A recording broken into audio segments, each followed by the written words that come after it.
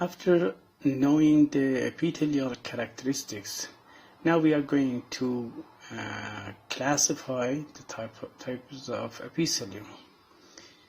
You can see here we can two types of epithelium in our body: simple and stratified. This classification is according to the number of the layer.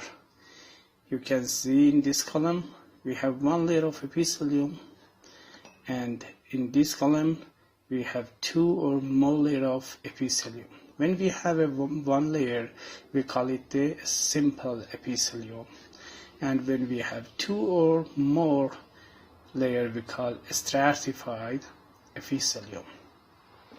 For further classification, we consider the shape of epithelial cell. In each row, you can see the different shape of epithelial cell. But in the stained slide or in the stained cells, commonly is very difficult to recognize the shape of the cell. For example, in this slide, you cannot recognize the shape of the cells because we don't have the border and boundary of the cells. But in this slide, in this picture, we can recognize the cell boundary, and also we can say in which shape is cell. But I said usually we have this kind of staining and these kind of cells, so we can use the shape of nucleus to recognize, to determine the shape of cells. For example, here you exactly can distinguish the shape of nucleus, so you can say these cells is for example cuboidal or other type of cells. For further classification of the epithelium, here we have classification of simple epithelium. You can see we have three kinds of simple epithelium according to the shape of the cell. When we have a flat and thin cell, we call it squamous. Also, you can see a flat nucleus inside of these cells. When the width and the length or tall of the cell is similar, we call it the cuboidal, usually with a round or elliptical nucleus. Usually, elliptical nucleus is in the horizontal position. When we have a tall cell with a big high, we call it the columnar cell, and the columnar cell usually have the elliptical nucleus in vertical position, and also sometimes we have a round nucleus.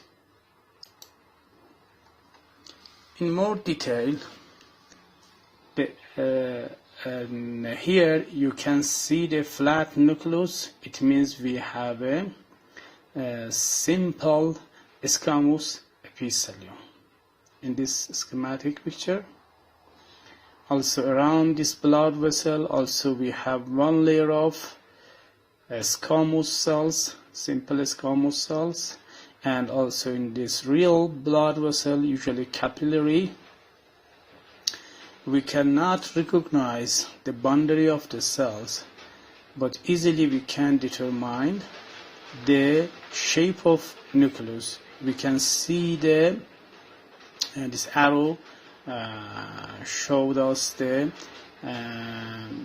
nucleus of the epithelial cell. They are flat nucleus, so we can say these cells are squamous epithelium or squamous epithelial cell.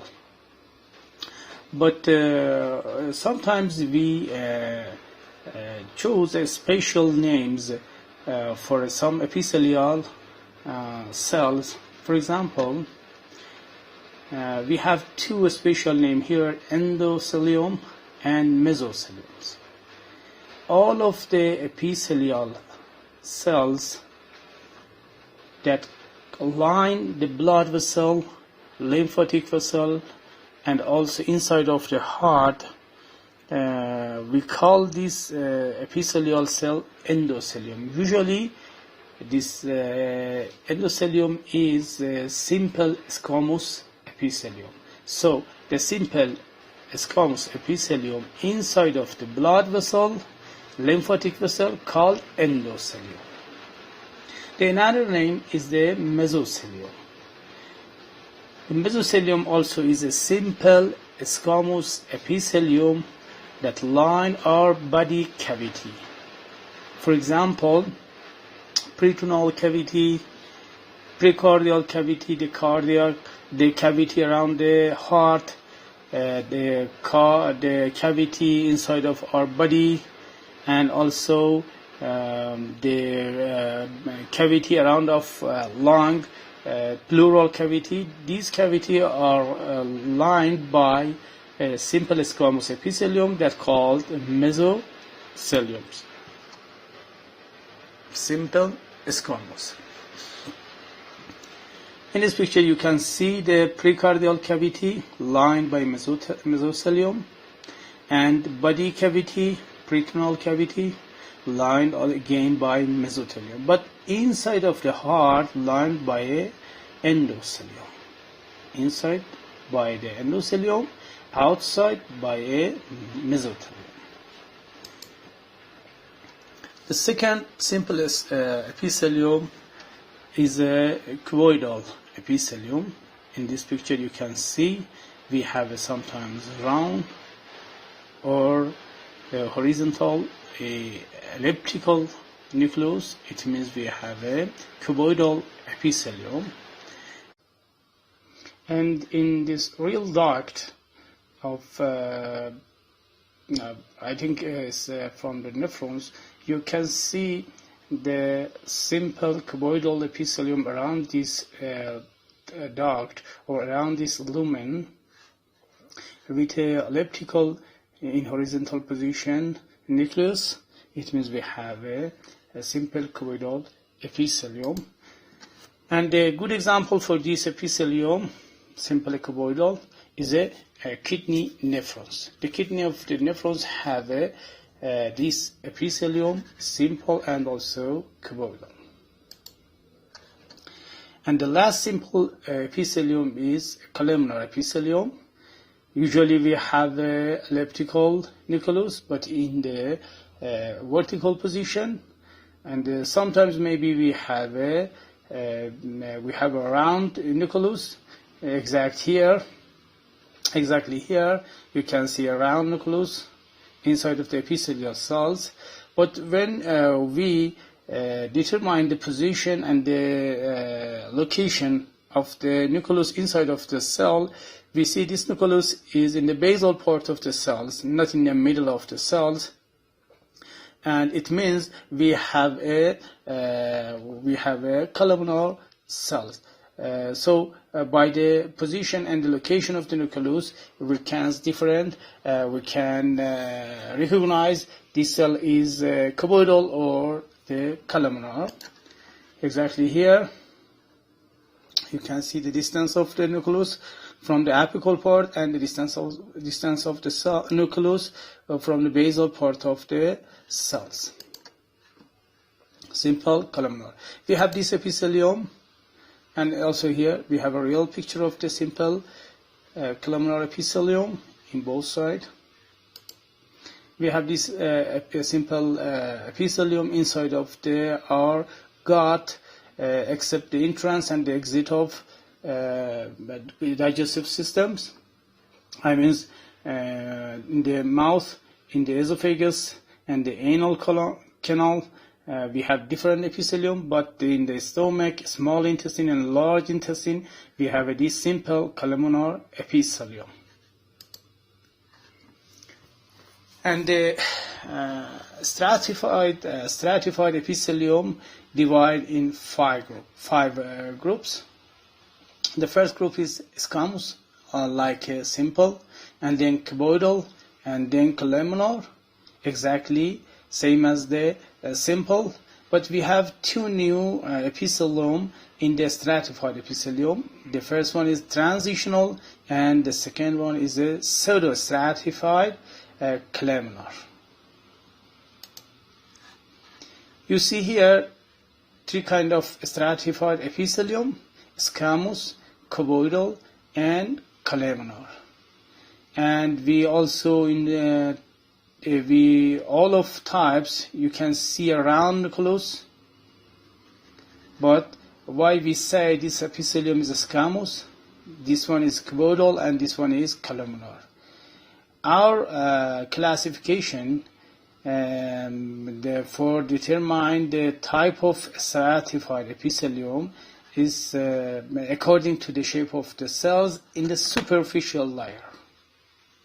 In the superficial layer, you can see that in the superficial layer we see the flattened nucleus. It means we have a squamous. In this one we have a round cuboidal, and in this one elliptical in vertical position, so we have a columnar epithelium. Here we have two stratified epithelium. The first one here, we see flattened nucleus in the superficial layer, so it's a squamous stratified epithelium. But in this one, the superficial cells doesn't have any nucleus. So we searched for the first layer have a nucleus, and we see this layer have a flattened nucleus, so it's again squamous squamous stratified epithelium. It means we have two kind of squamous epithelium in stratified types. The first one non-keratinized, the second one keratinized. Usually we have a keratinized types in our skins. This epithelium protect our body from dehydration with the dead cell. The dead cell packed with keratin. And because they have a junction with other cells, they don't shed off from our skins, and they remain and protect our body from dehydrations. Also, we have this epithelium in our mouth, but a little. Commonly in our skin, we see this epithelium on our skin. We said this dead cell packed with keratin. Keratin is a kind of intermediate filament. But here we can see the live cell in the superficial layer. They have also keratin, but very relatively rare keratin inside of we see relatively rare keratin inside of this epithelial cell. Then non-keratinized and keratinized. Non-keratinized and keratinized. The real picture from the non-keratinized, we can see different picture from this kind of epithelium with low magnification and high magnification. In both of them, we can see this epithelium is stratified, and the superficial layer have a flattened nucleus. So we have a squamous epithelium, but the non-keratinized type. Stratified squamous, non-keratinized. Again, another picture from the non-keratinized stratified squamous epithelium. We see this epithelium in our mouth, mainly in our mouth, esophagus, and also the anal canal, vagina. We have this kind of epithelium.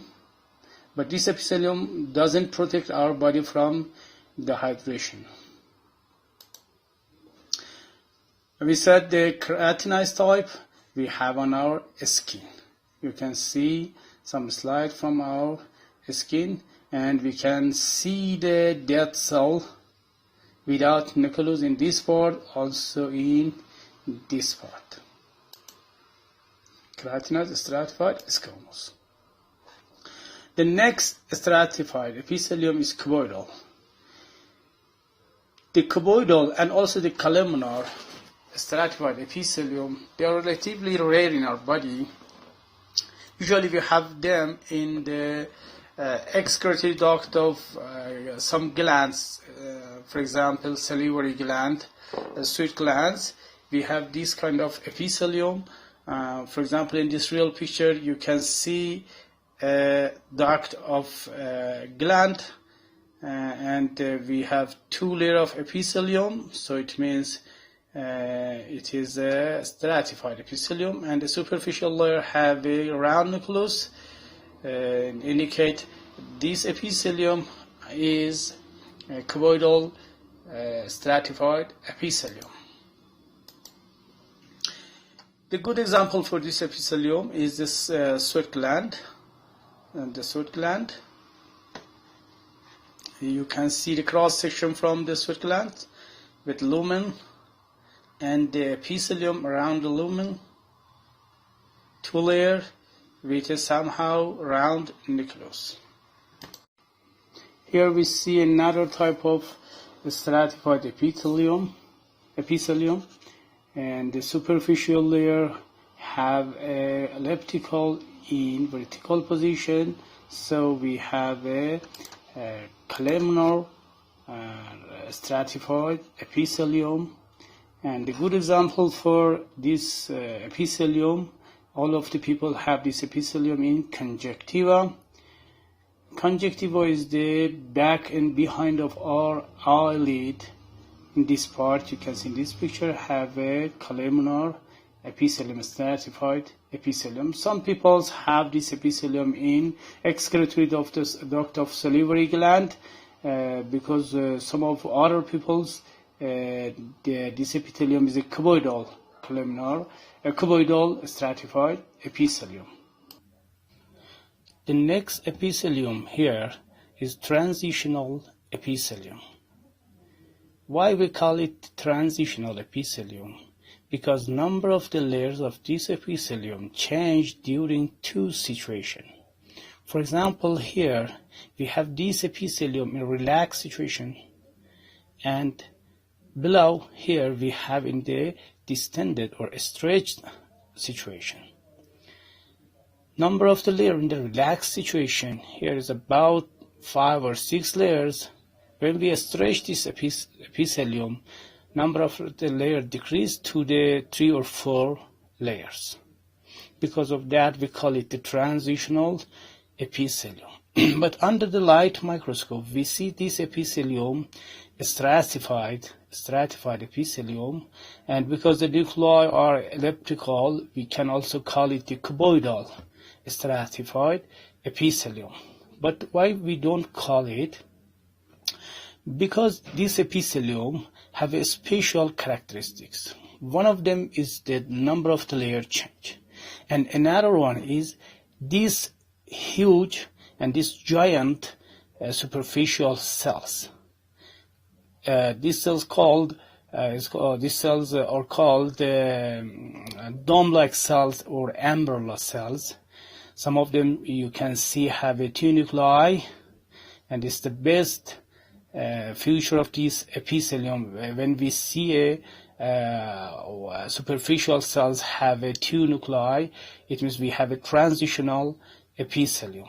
These cells, especially their membrane, specialized for protect the underlying cells, also underlying tissue, from the cytotoxic and also the hypertonic effect of urine inside of the bladder or other urinary tract. Because we have this epithelium in the urinary tract, extending from the kidney to the proximal part of urethra. we call this epithelium also urocilium or urinary epithelium, because I told we have this epithelium in a urinary tract. For example, here you can see in the empty bladder, urinary bladder, and also in the full bladder. In the empty bladder, it means in the relaxed bladder, we can see about up to somehow 6 or 7 layers, but in the full bladder, number of the layer decrease. Also, we can see the dome cells with 2 nuclei also in this part. But you can see under the light microscope, we can see cuboidal stratified epithelium, but we never call it cuboidal stratified epithelium. We call it a transitional epithelium.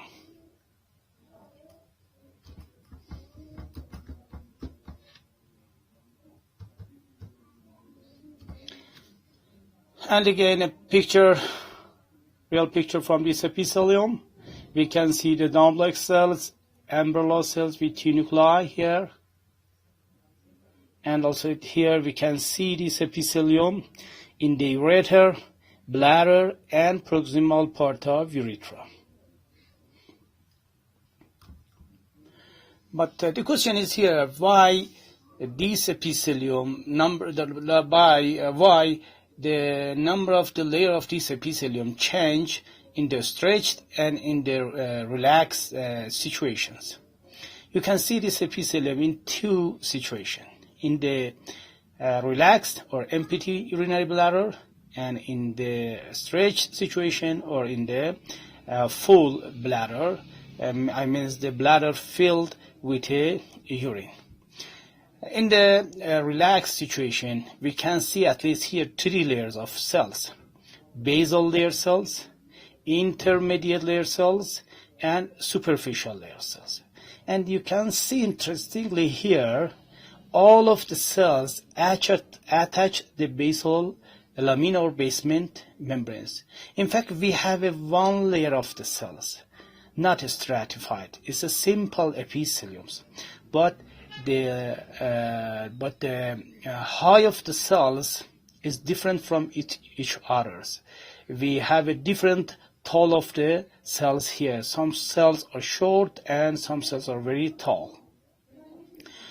When we stretch this epithelium, you can see especially the intermediate layer cells extend and take place between the basal layer cells.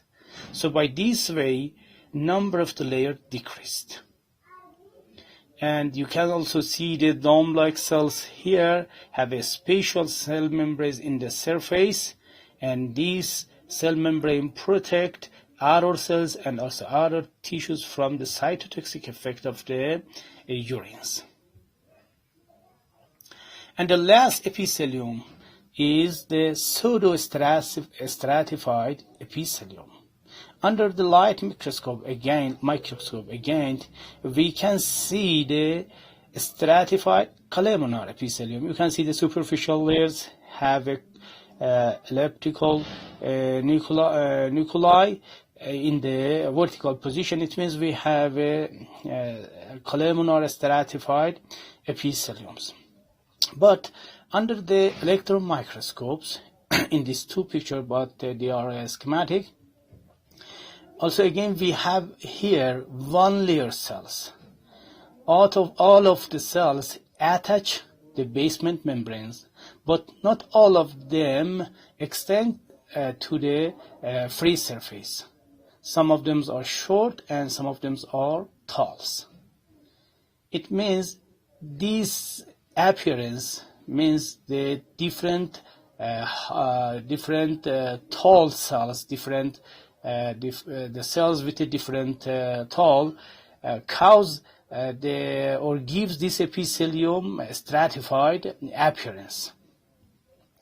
But in fact, this epithelium is a simple epithelium. Because of that, we call it the stratified, pseudo-stratified epithelium.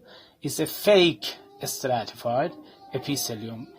With cilia, we have this epithelium in the respiratory tract with cilium, we can call it the ciliated, pseudostratified epithelium, or the respiratory epithelium. Pseudostratified columnar epithelium.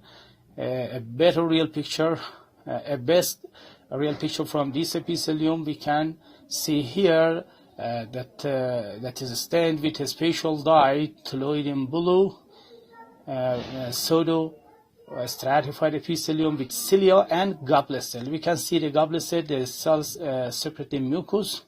We can see in this part, these cells are the mucus or goblet cells, and ciliated cells. The appearance is stratified, but we know under the electron microscope we have a simple epithelium, so we call it a pseudo-stratified epithelium.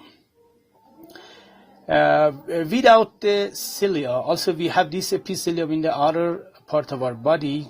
For example, here with the asterocilia, not the cilia, we have this epithelium again in the epididyme. You know the epididyme is the tube for storage of sperm in the reproductive system. Okay, now in this slide, I want you to name this epithelium, the epithelium in these pictures. For example, here above this yellow line, this epithelium. What is the name of this epithelium?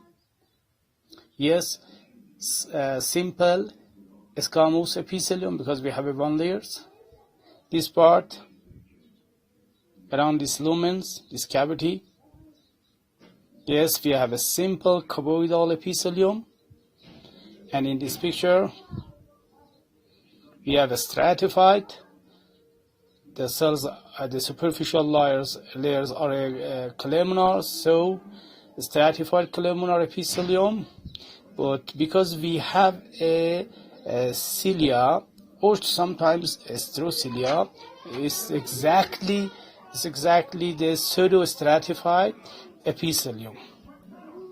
And in this picture, you can see again the stratified epithelium, and the superficial layers have a flattened nucleus. So it means we have a stratified squamous epithelium. But because we have a nuclei in the superficial layers, it means it's a non-keratinized, stratified squamous epithelium. Vice versa, we have here keratinized, stratified squamous epithelium, because from this part we don't have any nuclei in the superficial layers. Again, we have a simple cuboidal epithelium. Here we have a simple columnar epithelium.